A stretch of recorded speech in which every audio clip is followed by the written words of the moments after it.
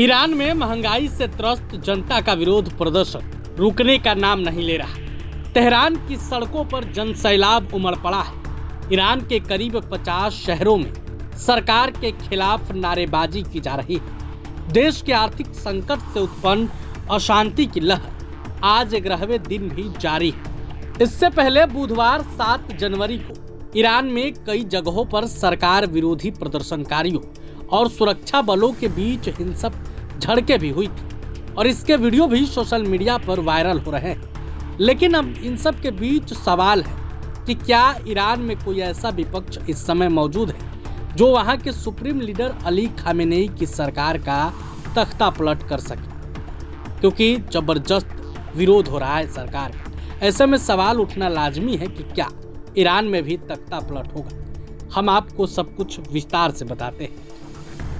सबसे पहले जान लेते हैं कि ईरान में चल क्या रहा है। अमेरिका स्थित मानवाधिकार कार्यकर्ता समाचार एजेंसी के अनुसार विरोध अब तक ईरान के सभी 31 प्रांतों के 111 शहरों और कस्बों में फैल गया है। अशांति के दौरान कम से कम 45 लोगों की मौत हो चुकी है। अब तक कई सुरक्षाकर्मी भी मारे गए हैं और 2300 से ज्यादा लोग गिरफ्तार किए गए हैं।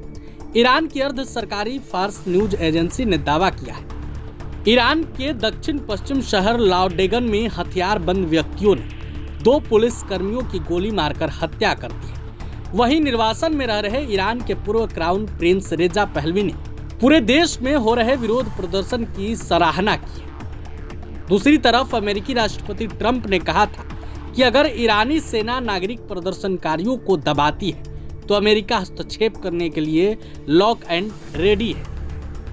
ईरान के 4 विपक्षी ताकतें बटे हुए हैं। पहला, शाही परिवार और उनके समर्थक गुट। दूसरा, पीपुल्स मुजाहिदीन संगठन। तीसरा, जातीय रूप से अल्पसंख्यक समूह। और चौथा, ईरान में समय समय पर होने वाले आंदोलन। पिछले 1 दशक से लगातार कई जगहों पर सैकड़ों हजारों ईरानी सड़कों पर उतरकर बड़े पैमाने पर विरोध प्रदर्शन कर रहे हैं। 2009 के राष्ट्रपति चुनाव के बाद प्रदर्शनकारियों ने तेहरान और अन्य शहरों में वोट में धांधली का आरोप लगाया था। 2022 में ईरान में फिर से महिला अधिकारों पर केंद्रित बड़े विरोध प्रदर्शन हुए। नारी जीवन स्वतंत्रता का प्रदर्शन महीनों तक जारी रहा, लेकिन कोई संगठन या नेतृत्व नहीं बन पाया और कई प्रदर्शनकारियों को अंततः गिरफ्तार कर लिया गया और जेल में डाल दिया गया।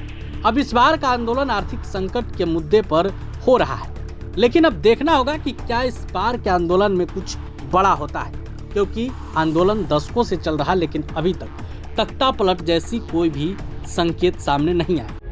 प्रभातखबर.com, विश्वास वही, रफ्तार नहीं।